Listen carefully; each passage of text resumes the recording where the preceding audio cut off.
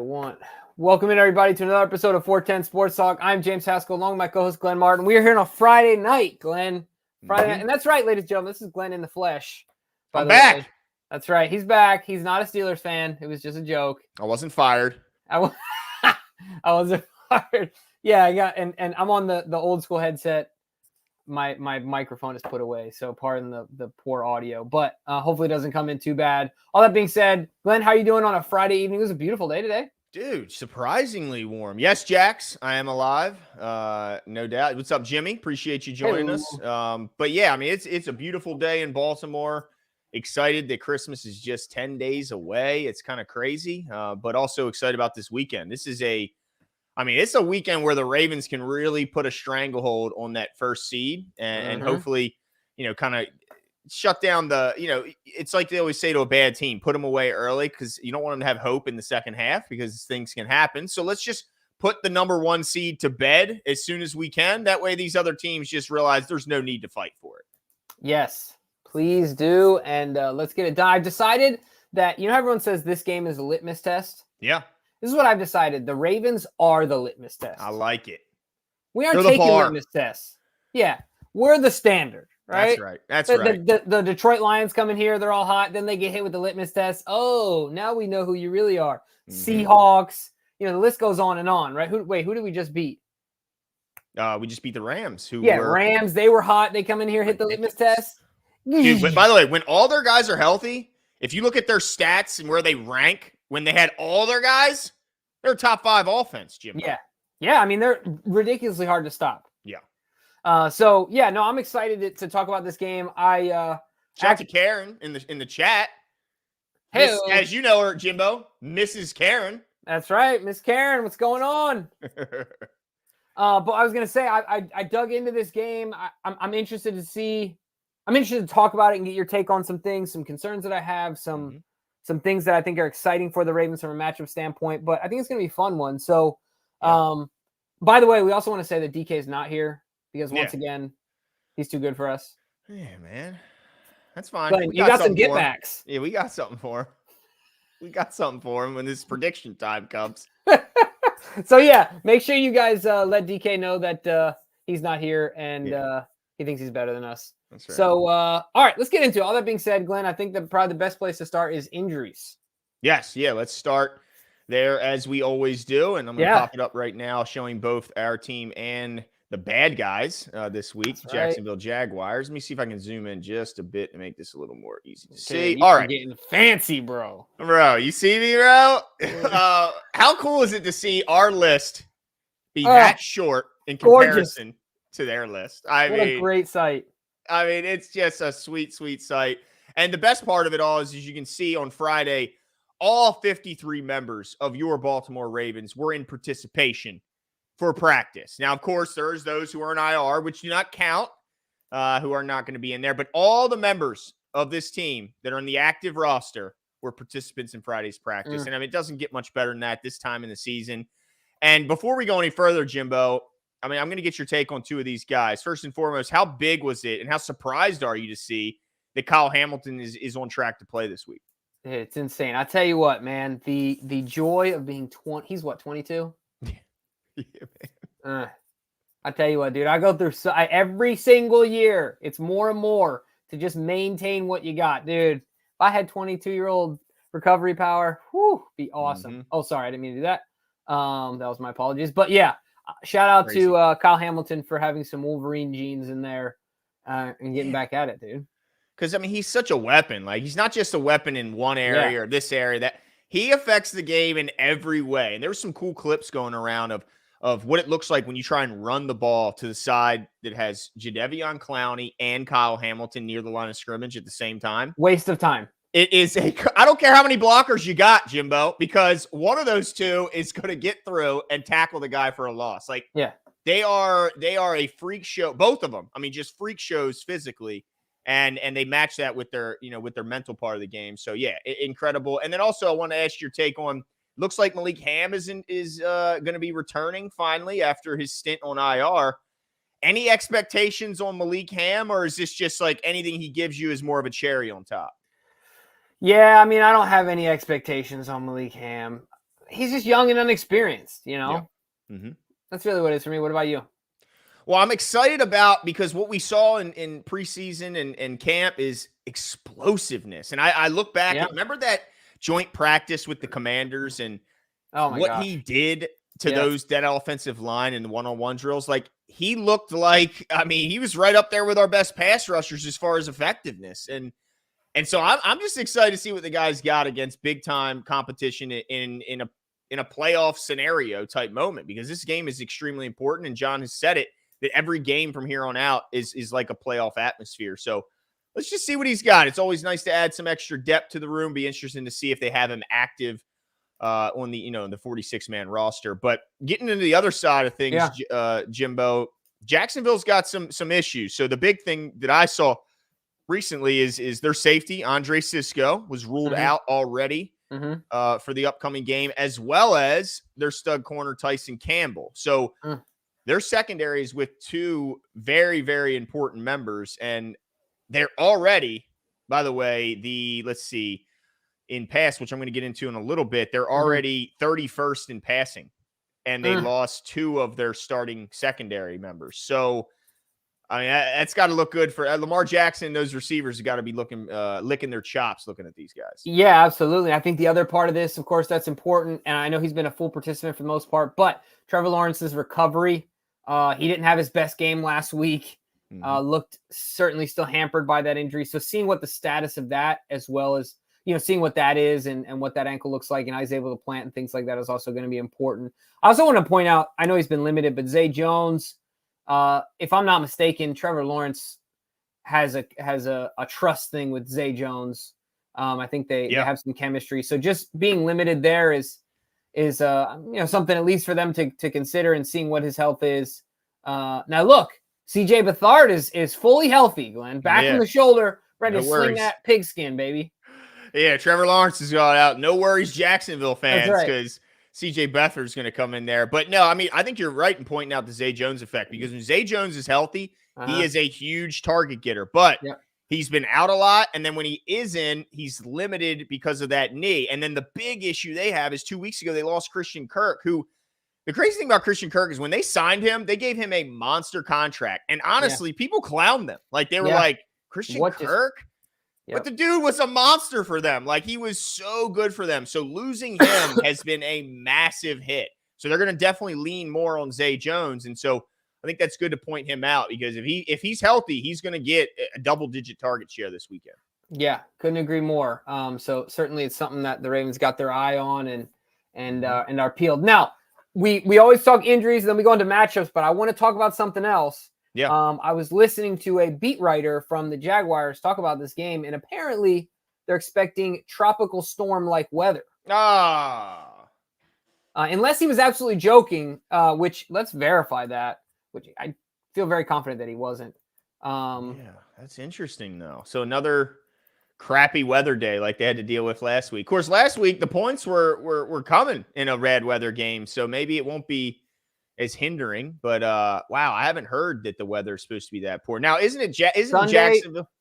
Go ahead, sorry. Isn't that something where it could change with the wind?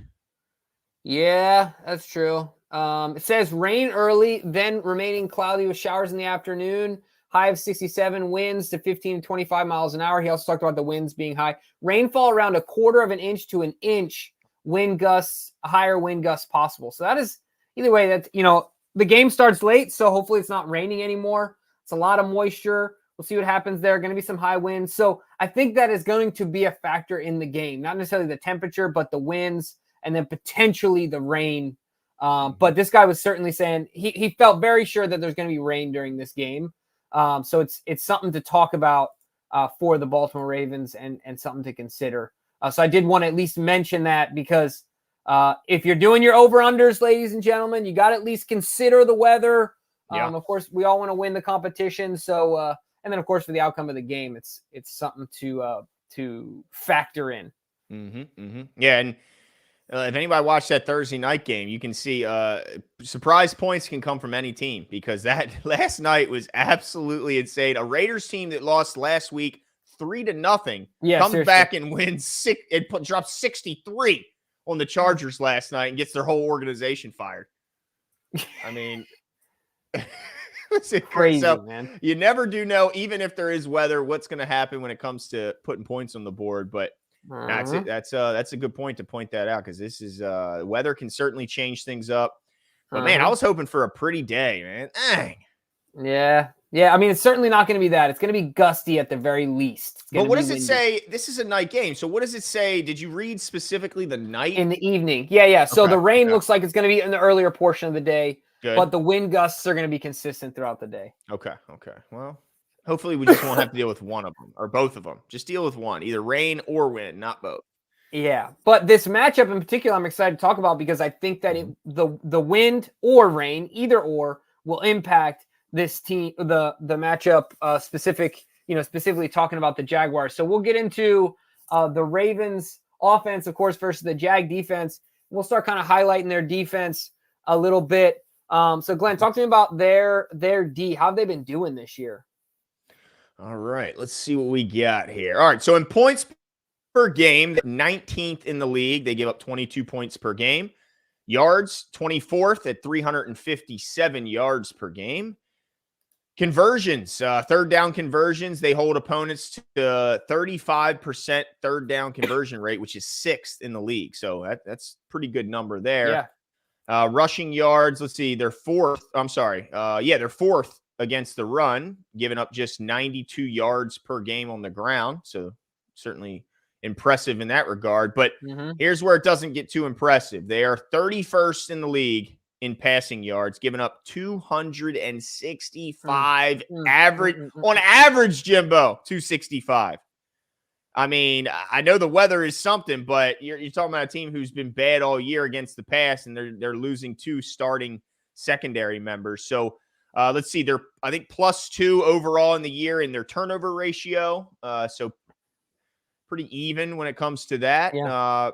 But yeah, I mean, they're good in some areas, but it makes you wonder. Anytime you see like really bad at pass, but pretty damn good at run, it just makes you wonder, like, is that because they're good at stopping the run? Is it just because they're so bad at stopping the pass, teams just throw it on them? Yeah. So it's like chicken or the egg there, Jim. And it also, when you got a guy like Josh Allen over there, I'm not talking about the quarterback, of course, in the Bills, but the pass rusher who's been elite this year. Yeah. It just makes you wonder, like, man, how can you have a guy like that, and even a guy like Devin Lloyd, and they got some other, and still be so bad? Ozzie Newsome used to talk about it all the time, right? Like, what helps coverage the best? A good pass rush. Right? And so they must be what's weird is they don't have a great pass rush, Jimbo. They have a great pass rusher. Sure. That's true. Josh That's a good Allen, point. because if you look at it overall, I think, I'm trying to find it now, I think they're like 27th in the league in total that's a good sacks. point.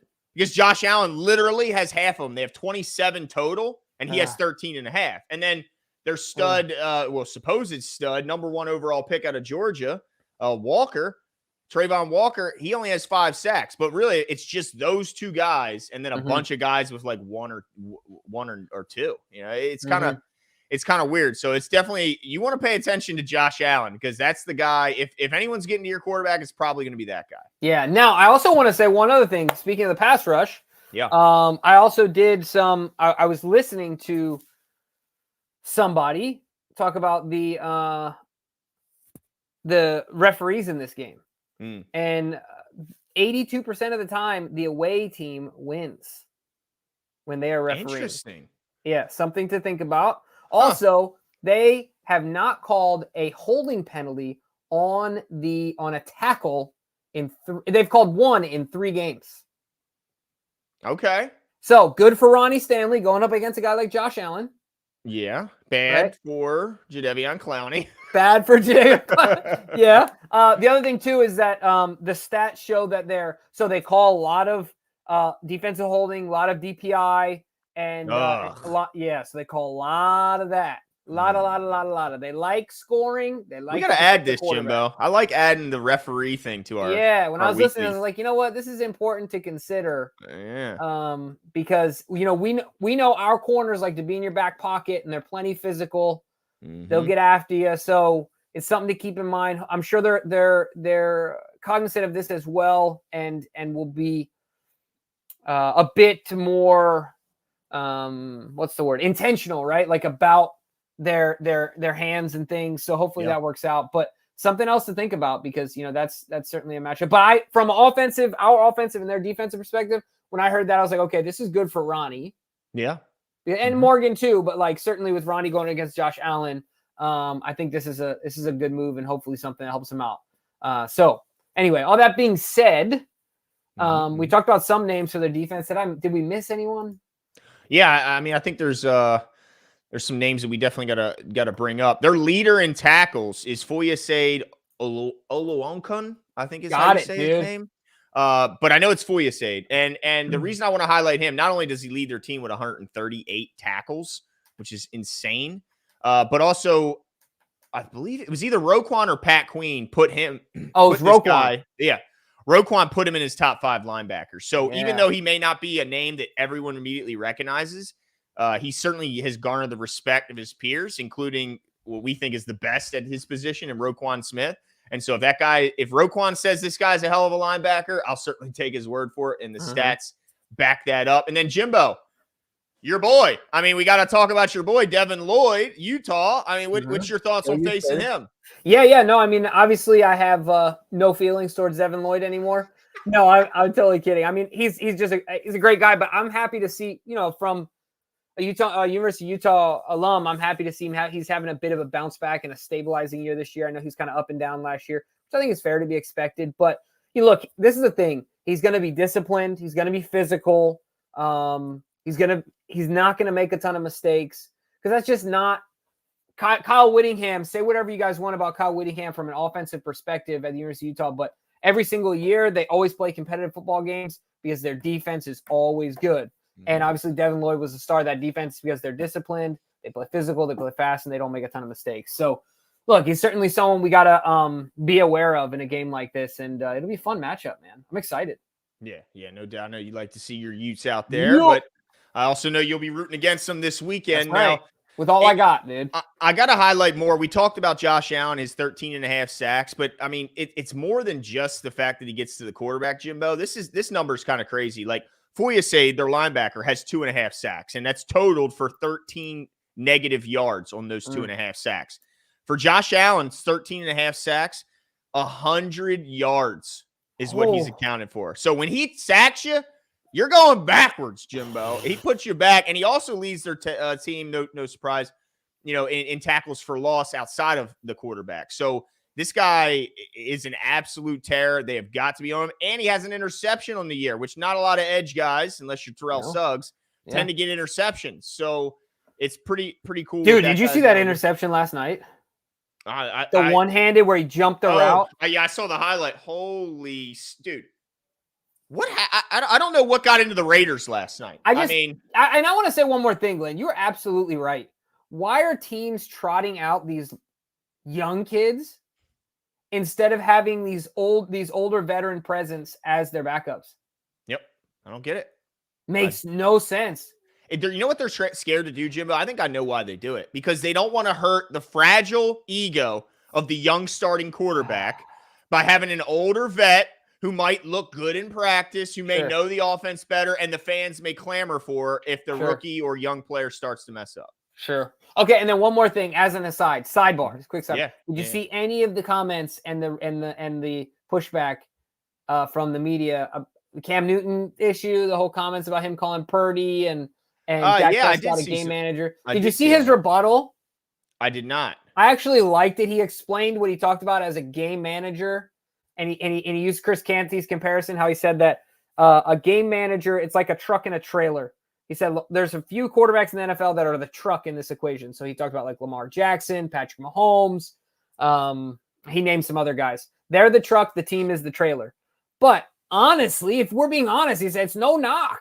Like, I wish I could have been a better game manager. I wasn't great at being a game manager. I had to pull myself back a lot of times.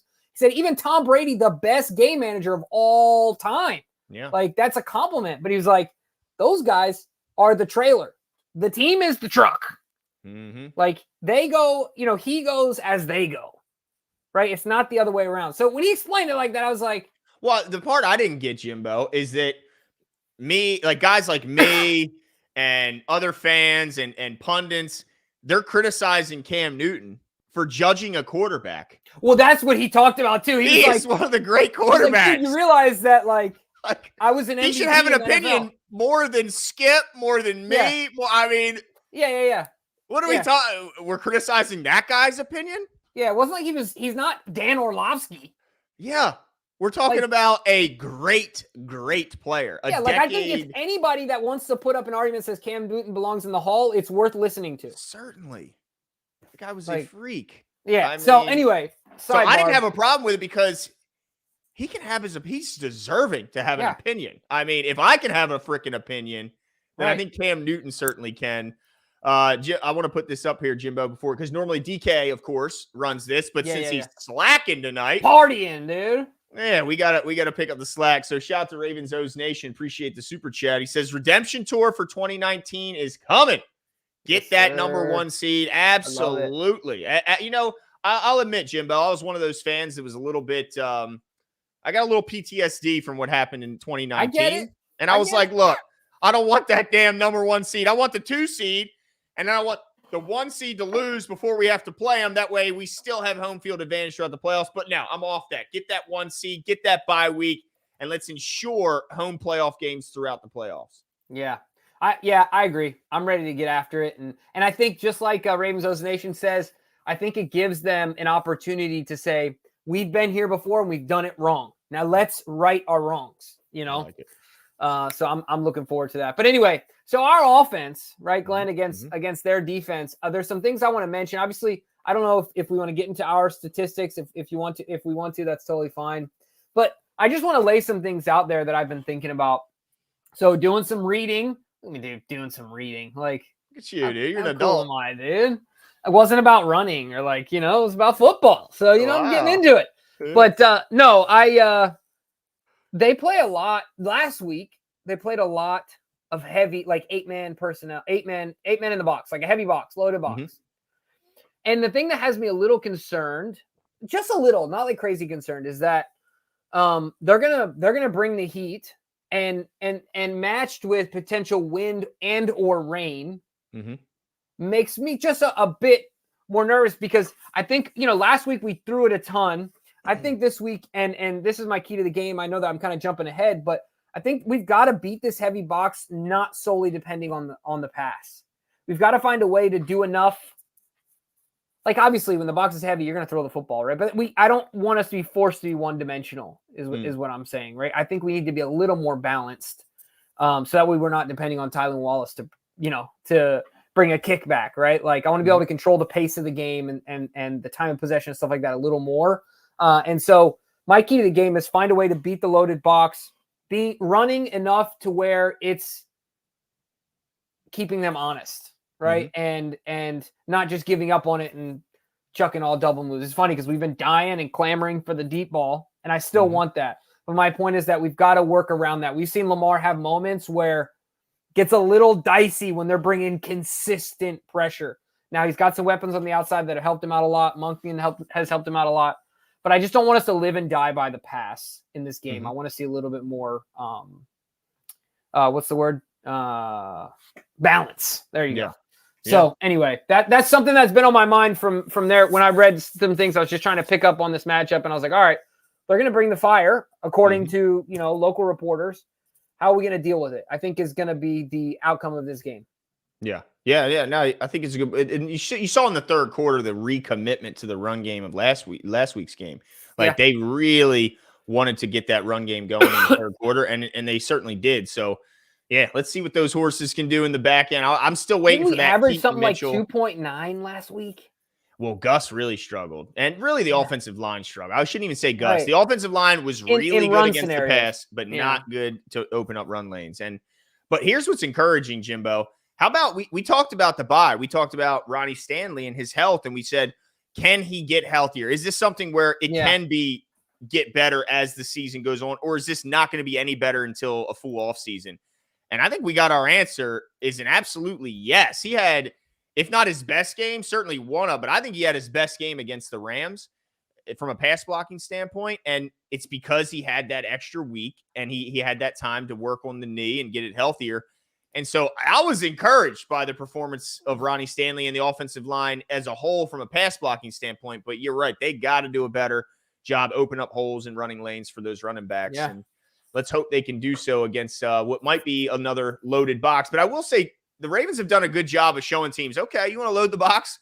We got guys on the outside that are pretty freaking good now. So go ahead and do it. And we'll take our chances. And the only reason I was more nervous about it was because the emphasis on the weather, apparently, is I was like, crap, okay, if it is downpouring and they're putting 8 in the box, right, we got to make sure we can deal with that. However, I will say, I don't get super concerned about Lamar Jackson in the rain or the wind. Like, the dude has been playing in that weather his whole life.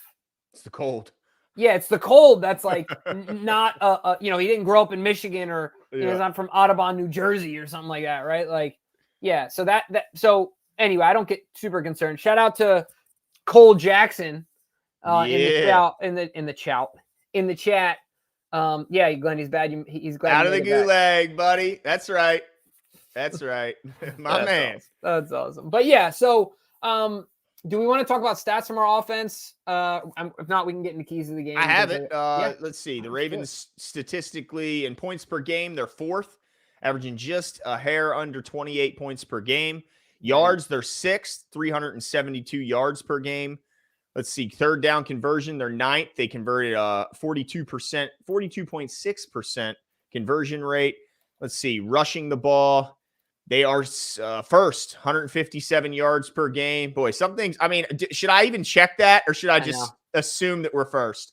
Every single year, it's a beautiful thing. And then passing, they're 19th, 215 yards passing per game. So, I mean, it's a sweet looking thing. I mean, every time you look at their stats, and their rankings, it doesn't matter. Look, we're 4th in offensive points per game. We're 2nd in defensive points per game. I mean, that's a beautiful team right there. Yeah, absolutely. Last thing I gotta say. Yeah. Not last thing. Obviously, I'm gonna say other things. Yeah, you're gonna say a lot more. Yeah, but dude, I almost punched my fist through the radio the other day. I'm listening to this guy. He's bashing Mike Tomlin, like whatever. You want radio time and you need callers to come in, bash Mike Tomlin. It's easy, right? So it's an easy bait and hook type scenario.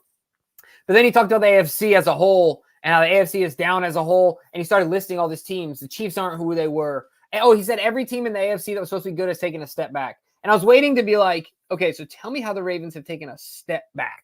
Listen, and he goes, the Ravens have questions. And I'm like, continue, please. And he just like moved on. I'm like, okay, so what is this? Sometimes it's frustrating. People can just throw stuff out there. And with so much confidence that anyway, it just blew my mind. I just don't know how in one way the Ravens have taken a step back this year. No. We're still first in the run. So what are we missing? A giant leap forward from last year. I mean, I don't know how anyone can see any other way. Guys, obviously a goofball, but as far as my offensive key to the game, Jimbo, is to take advantage of that weak secondary. I know that there's, I'm hearing about the weather, but it was pretty wet and nasty and windy out there last week, and Lamar Jackson did not let that affect his game. In fact, we hit more deep passes than we had in any other game all year, and so I want to take advantage of a weak secondary. That doesn't mean to abandon the run, certainly. But that means if they are going to try and load up the box in anticipation and trying to stop this number 1 rush attack, have no qualms about whipping that ball around to Zay, to OBJ, Rashad Bateman, who, by the way, Jimbo, I saw it again. Another chart where they chart up. Dude, Rashad Bateman's separation is so next level. It's absolutely insane how much this guy is getting open. So I know that Zay and OBJ get a lot of attention, and Bateman's kind of taking a backseat to those guys. But don't be surprised if one of these games, and this game could be the one, where he just explodes. He is so primed to go absolutely bonkers. It's just like, it's crazy to me that he hasn't had that game yet, Jimbo. He was going to be my breakout player, but then once again, I started getting in my head about the weather.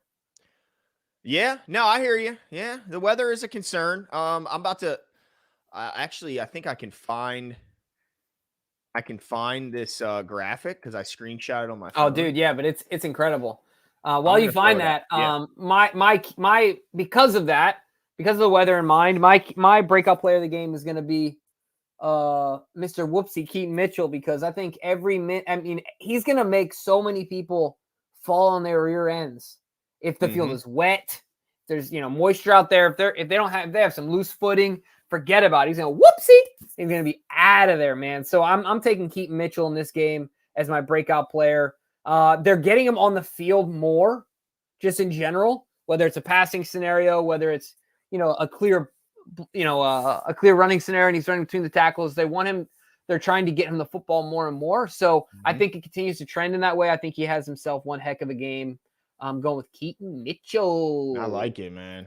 I've been waiting for him to. I mean, every time he gets the ball, he looks like he's shot out of a cannon. But it just seems like there's one thing that always stops him from turning a small gain into a big gain. So obviously, as you can see here, guys, at the bottom is just the raw PFF separation grade at the bottom line here. On the side here, you see the catch point and yak grade. But I'm just going to focus on the separation grade, and if you can look all the way ahead of every other receiver in the league. So not only is he, I mean, you're talking about the best in the entire league at separating is Rashad Bateman.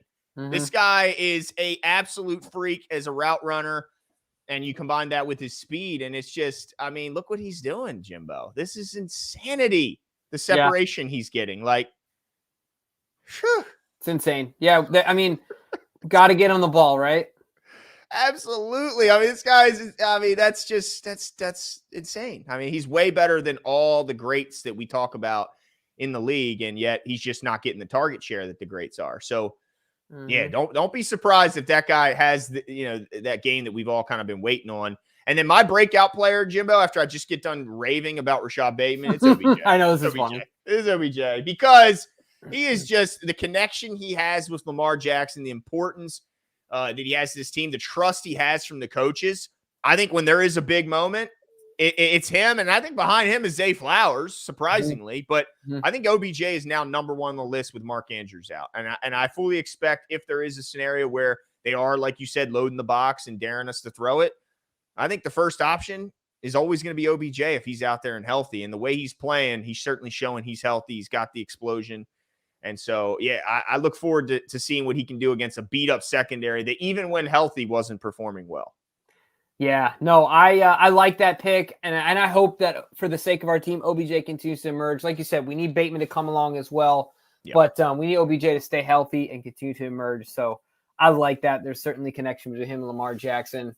I'll tell you what, whatever happens to Rashad Bateman after this season, whenever he's talking about money, you better believe he's bringing up that graph. His agent is. Yeah, yeah, exactly right. Like, you see what this kid's doing? Just turn on the tape. That's right. Give him the targets. That's right. Yeah. So, and shout out to him for doing all he can. All that's within his control, right? Like, yeah, because a lot of guys run when they start getting the targets, they start running lazy routes, not expecting the ball. This is showing that even without the targets, he's not loafing on his route running. Yeah, and on top of that, if you saw that there was something going on, I think in Twitter, right, where some guy trying to put like a wedge between Lamar and Rashad, and Rashad was having none of it. He's like, dude, we're winning. Like, I don't know what you're talking about. Who cares? I love it. We're winning football games. Like, I love to hear that, especially from a wide receiver, because wide receivers are normally known for being divas and things like that. So none of that. What is it? Soldiers? Why you got soldiers if you're never going to use them or something like that? And Marquise Hollywood Brown. Get your butt sent to the freaking desert, dude. See ya. Anyway, that's a great scenario to be in. Yeah. Good luck there. All right, let's switch sides, Jimbo. We got to start talking about. He wanted Kyler Murray over Lamar Jackson. Yeah, good luck. Good luck. I don't even think the Arizona Cardinals want Kyler Murray. They probably play more video games together than actual football together. Since this Call of Duty drop, 100%. I would love to see Kyler Murray's gaming time since the new Call of Duty dropped just a couple weeks ago, because I got to imagine it's insane. But dude, really quickly, you know how much I would hate myself if I was a grown man and I walked into a football game that's my profession unprepared because I knew I was up late playing video games? The amount of shame that you should have. Oh my gosh. I mean, especially when you consider what they're paying him to do. Yes. Yeah, insane. Yeah. Absolutely insane. But yeah, let's get into their offense. Let's do it. The Jaguars' offense against our defense. You know what's funny about the Jaguars' offense, Glenn? It's like the boneyard for my fantasy league. Why you say that? Because I had Evan Ingram, Calvin Ridley. I had Calvin Ridley for a few years. In years and past. Evan Ingram. Don't get me started on Evan Ingram. I know, and that guy's had some big games since he got down to Jacksonville, but just couldn't catch a cold in New York. I mean, I don't know what happened differently, but maybe he just likes the warm weather better. But yeah, let's get into some of what they do offensively. Of course, their star running back Travis Etienne has had I would say a bit of a disappointing year from his standards, but I think more of that is due to the offensive line. And not so much him. And then Calvin Ridley, as you mentioned, who since returning from that gambling suspension, I believe it was last year, I mean, he's been really good for them and certainly has come on a lot lately. Evan Ingram, like Jimmy mentioned, their star tight end, who's had some really, really big games. Zay Jones, who was an early target leader and then had some issues with the knee, missed a bunch of games, and is now getting back into form. Of course, missing Christian Kirk, who is their highest paid receiver. But let's get into a little bit what they do offensively, Jimbo. They are 9th in points. They score 24 points per game. They're 11th in yards, 342 yards per game. Third downs, they're 19th. They converted 37.5%. Rushing yards per game, they are 24th at 99.8. And passing yards, they are 9th at 242.9 passing yards per game. So the interesting thing, Jimbo, that when I look at their team is like I think we both think ETN is a pretty good running back, like versatile running pass. Super versatile, yeah. He's averaging 3.7 yards per carry this year. And anything less than 4 in the National Football League is not good. And so you start to like go, why? What the heck? And it's just their offensive line has just been subpar this year. I don't think it's an ETN thing, although he's battled some injuries. I think it's just their offensive line is not opening up the holes like it was last season. And so that's good news for the Ravens, right? Let's take advantage of it, because anybody watched last week's game, Kyron Williams was an absolute problem. Yep. And really, it's kind of been a problem for a few weeks now for the Ravens to stop the run. So let's hope that this week they can kind of get back on the right track. Yeah, no, I agree with you there. And then, obviously on top of that, just being able to bottle up Trevor Lawrence, make him, do all the things you can do to frustrate a quarterback, I think is going to be key for this game. I'm not saying go out and injure the guy, but test his mobility, his confidence, and planning on the ankle and things like that, seeing what he's willing to do and able to do with it, I think is going to be crucial. It's going to be a fun matchup and a fun game. My key to the game, Glenn, is very, very simple. It's going to be a surprise to me and you guys. I don't even know what it is. Yeah, you just got to tackle. That's okay. All right. Got to tackle. Because I think he's going to get the ball out. I think he's going to try and get it out early. I think he knows what this pass rush is. And I think Mike McDonald's going to, I was calling McDaniel, and then I call him the right name, and then I get him. And by the way, you called Monkton again earlier. I'm going to call him Monk. It's because, I'm a Marylander, dude. I know. That's all it is. But no, I think we've simply got to tackle. You talked about ETN. We talked about Zay, some of the other guys they got. And just being disciplined on defense and tackling. I don't think we have to be more than what we are. I don't think we need to play world beater football, but certainly we can't let them turn a small play into a big play and simply tackling and getting the job done. But the other thing I'll throw into that is being careful with your hands defensively. I talked about it earlier. These referees like to throw the laundry out there on the defensive backs. So being prepared for that as well. Now I like that. Anytime there's rain, tackling is of the utmost importance. Because I've always said, I've said 1,000 times on the show, I'm going to say it again. The offensive player knows where he's going. The defender does not. So it gives him a distinct advantage because he knows when he's slowing down, when and which way he's cutting, where the defender has to react quickly, and that can lead to slipping and, of course, missed tackles, like Jimmy mentioned. So I think that's a great point. And you want to give your breakout player, who I think is going to be getting most of those? Yeah, sure. Roquan Smith, baby. Roquan Smith is my breakout player. I think he's going to be busy. Yeah. I think he's going to be balling. And, Roquan is going to have a massive game. Look, this isn't in Georgia, but it's plenty close to Georgia. It's a rock throw to Georgia. I bet you'll have some family there. It's right on the border, right? Yeah, and he's going to be out there playing his tail off, and I think he's going to have plenty of opportunities to do so. So, yeah, I'm going with Roquan Smith, baby. Tell you what, man, Roquan is just quickly climbing the ranks. Is like one of my all-time favorite Ravens already. Isn't it crazy how fast it happens? Dude, he's just so likable, and it helps that he's also so good, like so physical. Just, I mean, I've said it a bunch of times, man. He is the closest thing we will ever get to Ray Lewis, and I thought that guy was so once in a lifetime, like, and he still is. But to even the fact that Roquan could get close to him. It's pretty cool that we got that. Yeah, how lucky are we, right? That's like the Colts when they went from Peyton Manning to Andrew Luck before Andrew Luck retired. But yeah, you're right. Like, or Brett Favre to Aaron Rodgers. It's pretty freaking good transition. But yeah, my key to the game to me, it's just keep ETN down where he's been. You know, they want to run the ball. Doug Peterson wants to run the ball to set up play action pass, but they haven't been running it well.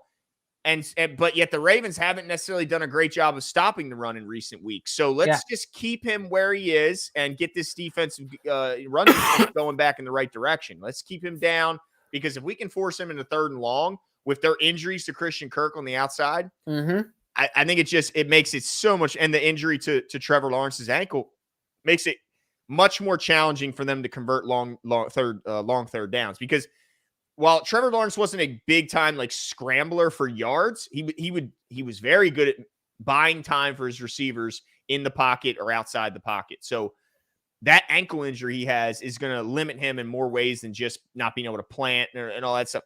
He's not going to be as mobile, and that's going to affect his receivers. So it's just keeping ETN down. Then my breakout player, it's Kyle Hamilton. All week he's been limited. The guy pulled the superhuman act. He's back this Sunday.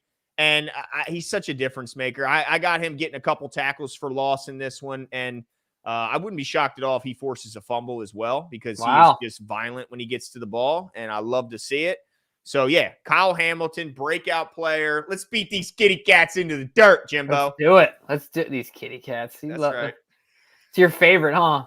Dude, I love it. Hey, I call the Bengals pussycats. There you go. That's even worse. That is worse. But if it suits them, right? I mean, it just... makes the most sense. Now, look, Max has a different breakout player. He thinks Marcus Williams has a pick 6 this weekend. Can he do it with one arm? Yeah, I think so. Didn't he get real close last week? He certainly would have had that Marlon one if it was him there instead of Marlon. But I swear he got pretty close. I think he did. But yeah, he's almost always good for a PBU. But I don't know if he. We'll have to see. It depends on where the ball comes in. If he can catch it like a punt in his midsection, I don't know if he can extend and get up there. I don't know. We'll have to wait and see. But I like it. I like it, man. Yeah. It's it would be good to see. It would take. I think it would give a lot of fans some peace of mind knowing, okay, Marcus can still get interceptions with one arm. And then Don C. Let's see. Shout out to Don C. Appreciate the salt of the earth. Yeah, appreciate the generosity, sir. Thanks for the content, guys. Merry Christmas, and Merry Christmas to you as well, Don. Hope you and your family have a wonderful holiday. He says, we appreciate the time you guys put into the live shows. Thanks to the wives for supporting you guys and letting you hang out with us. I truly look forward to it. Man, you're the man. You're the man, Don. Yeah, it's so cool to see. And just the fact that any of you guys show up and listen to us is just so humbling and so wild to me. It's so crazy. I mean, me and Jimmy have been doing this, talking sports, since we were literal children. And people want to watch us. It's so cool, man. It's just absolutely cool. So thank you to everyone who watches. And and speaking of that, if you are watching, a really quick and easy way to help out the stream is just hit the like button. It helps push us out to other Ravens fans completely free. But of course, we always appreciate your support by just simply being here and watching us. So and if you're feeling froggy, get into some Bet US. We're going to get into our over/under competition, of course, in a little bit. But that's a good transition. Let's hear about Bet US, Jimbo. Yeah, what man. about? Look, you guys know we've been talking about Bet US for a while, and it just keeps getting better and better as the season gets later and later. The betting seems to get more and more intense. The competition seems to tighten up. And so make sure you go check out BetUS. Use the promo code 410, or in this video description or in any of our previous videos, we have the same link. that you can use, and use the promo code as well. And go support us and have some fun more than anything. You'll get a match plus 25%. So that's 125% of your initial deposit back to you, up to $2,500. That's a lot of scratch. Mm-hmm. I'm not saying you need to put in $2,500. You put in 10, for goodness gracious. But they got in-game, prop bets. They got, the rest of the season long bets. They got MVP odds, everything. BetUS the OG. So go check them out.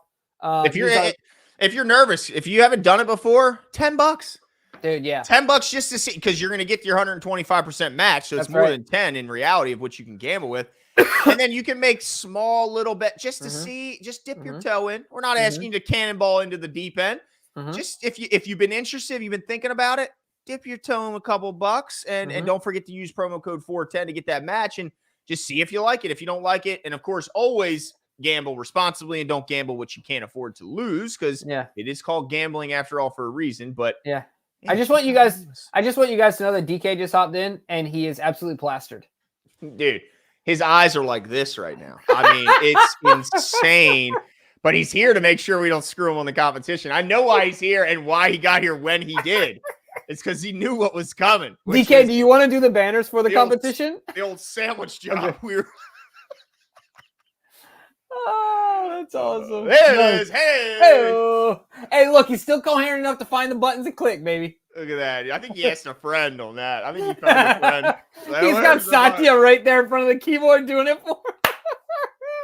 I love it. All right, well, let's get into our competition. Of course, you guys know not only is this a show competition, but we open it up to the fans. So if you want to give your answers, please do so either after this live is over in the comments section below, or send us a direct message to one of the social media handles above my head with all your over-under and closest to the pin answers. And we will announce this week's winner in next week's show. But let's get into it, Jimbo. Let's do it.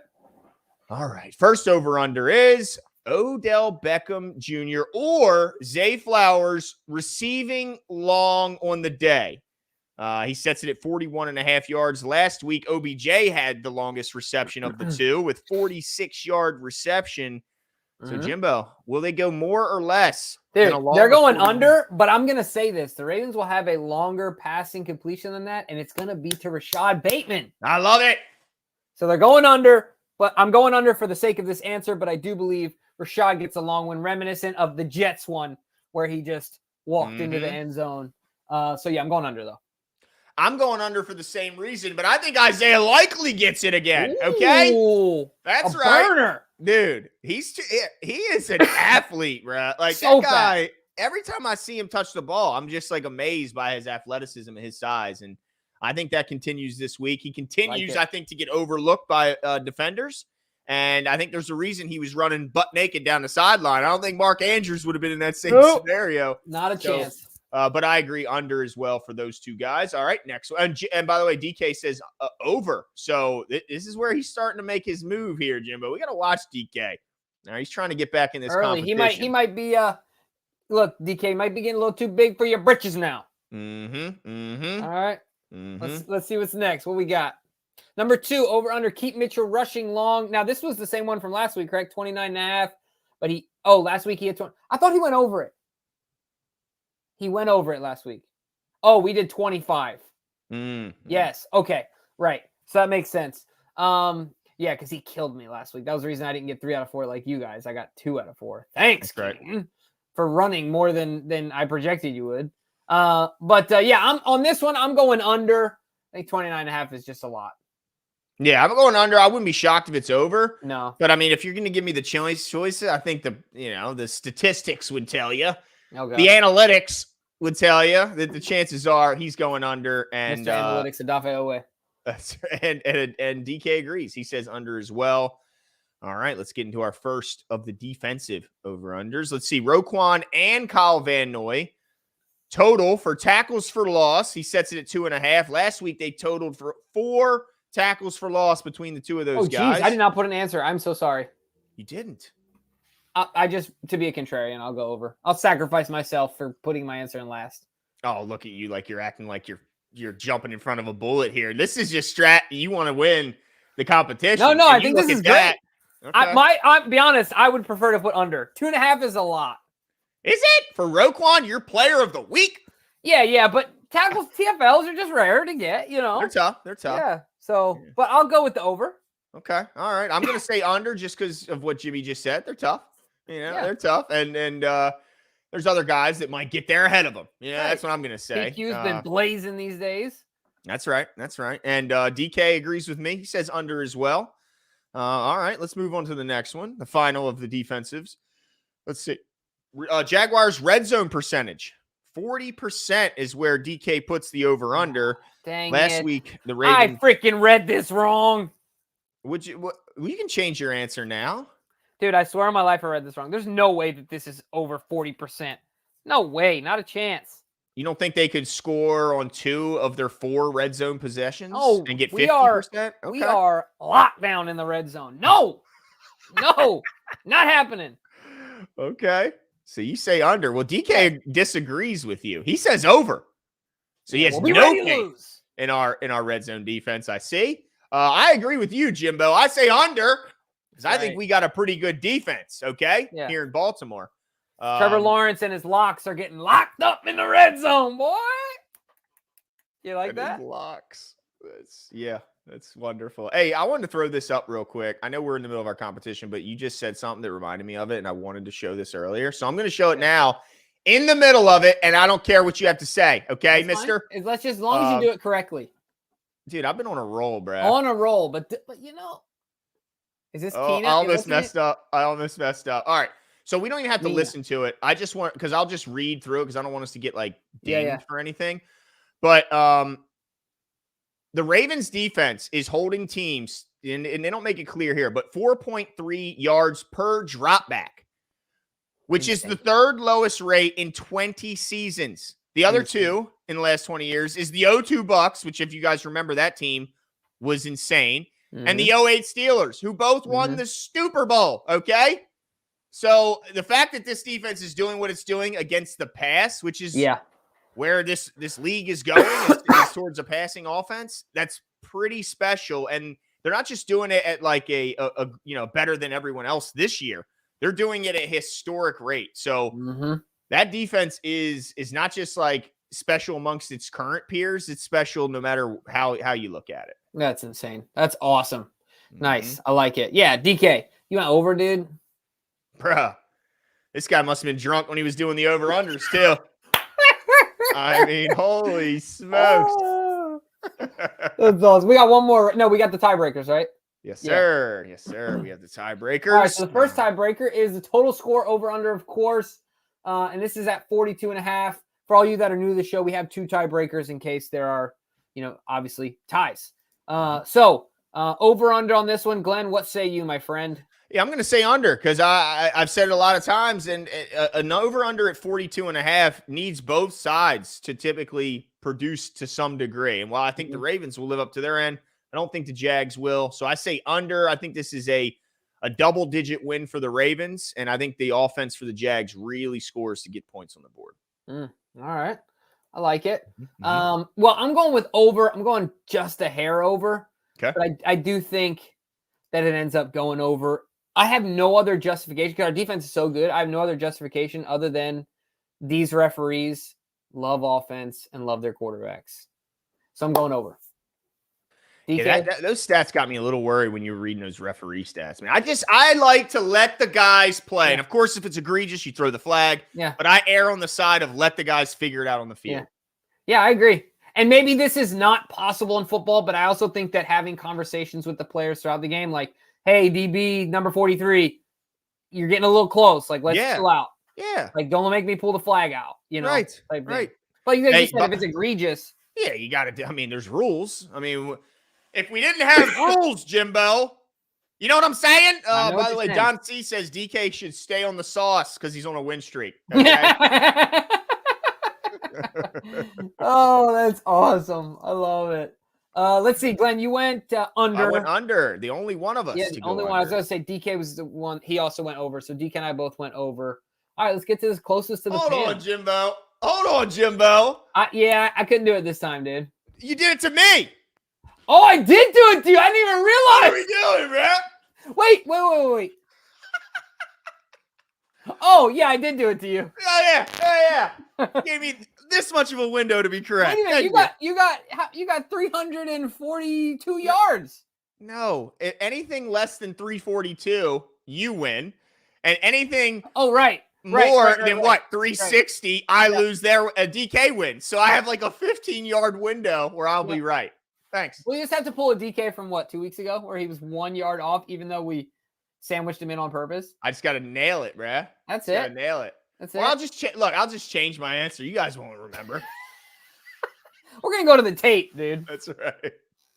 That's hilarious. That's right. So yeah, all right. My yardage prediction 345. I think that's gonna be exactly what we get. It's gonna have to be. I'm at 340. And DK is what 375? 375, man. You guys really got me with this one. Mm-hmm. Like that's it. Real mature. Real mature. After what we did to DK. We right. gave him literally 1 yard. Yeah, and he almost freaking got it. That's the craziest thing. Like, I know. Weren't you a yard off, DK? He was a yard off, and because you were 0.5. And honestly, I only moved my answer because of his answer. Oh, like, I was not going to be that close. I'm sure it's the same for you. Yeah, like no. We were just doing it to be assholes. That's the only reason. But this is going to be an awesome weekend for football, guys. Yes. I mean, the Ravens couldn't have asked for better results last weekend, so let's just hope that carries over, and they kind of just put a stranglehold on that number 1 overall seed, and we continue to see January football in Baltimore, which is just awesome. With this home field advantage, I think it certainly will make a difference because our fans, man, they know when to scream, they know how loud, all that. Yeah, love it. I can't wait for it. The other thing I was going to mention too is that look, there's 3 games tomorrow. Yeah, that's so cool, man. 3 games tomorrow, and then the Ravens are on Sunday night. Have some dinner and turn on the game and hang out. Make sure to check out BetUS and use our promo code if you do so. But I think that's all for us tonight, folks. We'll be back right after the game, even if it's midnight, 1, whatever, overtime. We'll be here for you. But that's it, and we'll talk to you guys soon. See you.